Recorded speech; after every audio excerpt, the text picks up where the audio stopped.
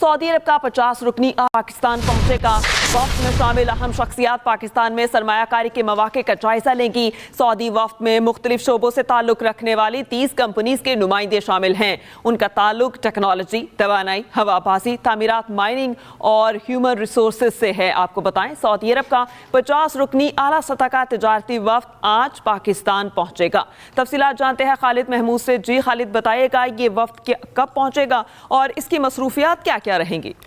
جی دیکھیں جی، سعودی ولی عہد محمد بن سلمان اور وزیر اعظم شہباز شریف کے درمیان الریاض میں ملاقات ہوئی تھی، جس میں یہ طے پایا تھا کہ دونوں ممالک کے درمیان جو سرمایہ کاری ہے اس کو فروغ دیا جائے گا اور تجارت کو بھی فروغ دیا جائے گا۔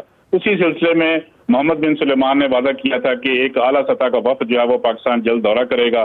یہ اسی سلسلے کی کڑی ہے کہ سعودی عرب کا 50 افراد پر مشتمل اعلیٰ سطح کا تجارتی وفد آج پاکستان پہنچ رہا ہے، اور تجارتی وفد میں اہم شخصیات شامل ہیں جو پاکستان میں تجارت اور سرمایہ کاری کے لیے موقع تلاش کریں گی۔ اس کے علاوہ وہ واضح کریں گے کہ وہ کن شعبوں میں سرمایہ کاری کرنا چاہتے ہیں۔ پاکستان اور سعودی عرب کے مابین جو تجارتی تعلقات ہیں، اس کے فروغ کے لیے مختلف شعبوں میں تجارتی تبادلہ کیا جائے گا اس موقع پر، اور سعودی تجارتی وفد میں مختلف شعبوں میں تعلق رکھنے والی 30 کمپنیوں کے نمائندے بھی شامل ہیں، اور ان کا تعلق جو ہے وہ ٹیکنالوجی، توانائی، ہوا بازی، تعمیرات، مائننگ اور ہیومن ریسورسز ہے۔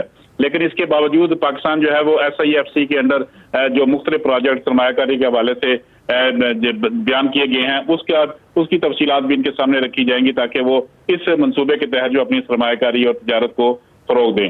جی صحیح خالد، آپ کا بہت شکریہ۔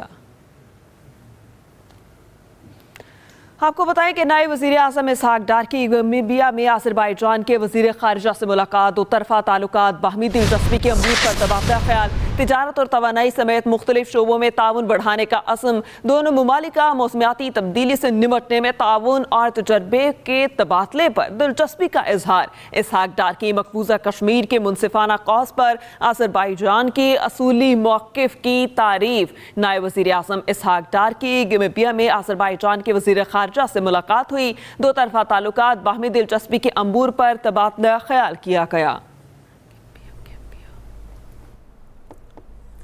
گورنر پنجاب حلف برداری تقریب ملتوی۔ پیپلز پارٹی کے رہنما نامزد گورنر پنجاب سردار سلیم حیدر نے آج شام 6 بجے حلف اٹھانا تھا۔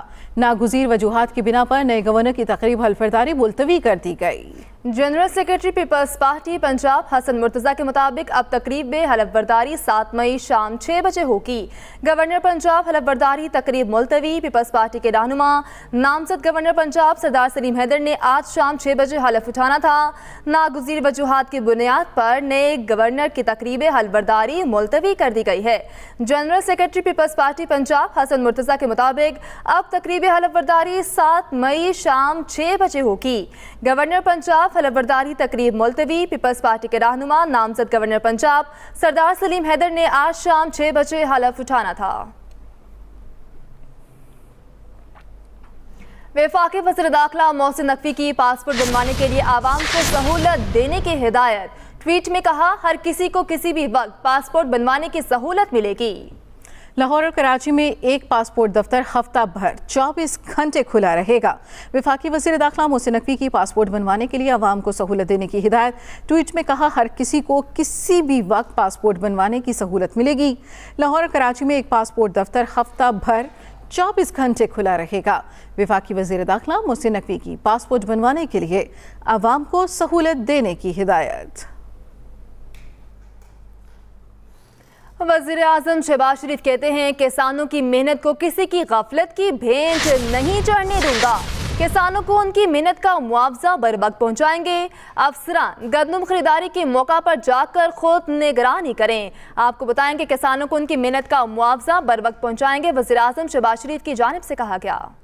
کسانوں کے لیے اچھی خبر آ گئی۔ وفاقی حکومت کا 1.8 ملین میٹرک ٹن گندم خریداری کا اعلان۔ وزیر اعظم شہباز شریف نے واضح کیا کہ کسانوں کی محنت کو کسی کی غفلت کی بھینٹ نہیں چڑھنے دوں گا۔ کسانوں کے معاشی تحفظ پر کوئی سمجھوتا قبول نہیں۔ وزیر اعظم نے گندم خریداری اور کسانوں کو درپیش مشکلات کا نوٹس لے لیا۔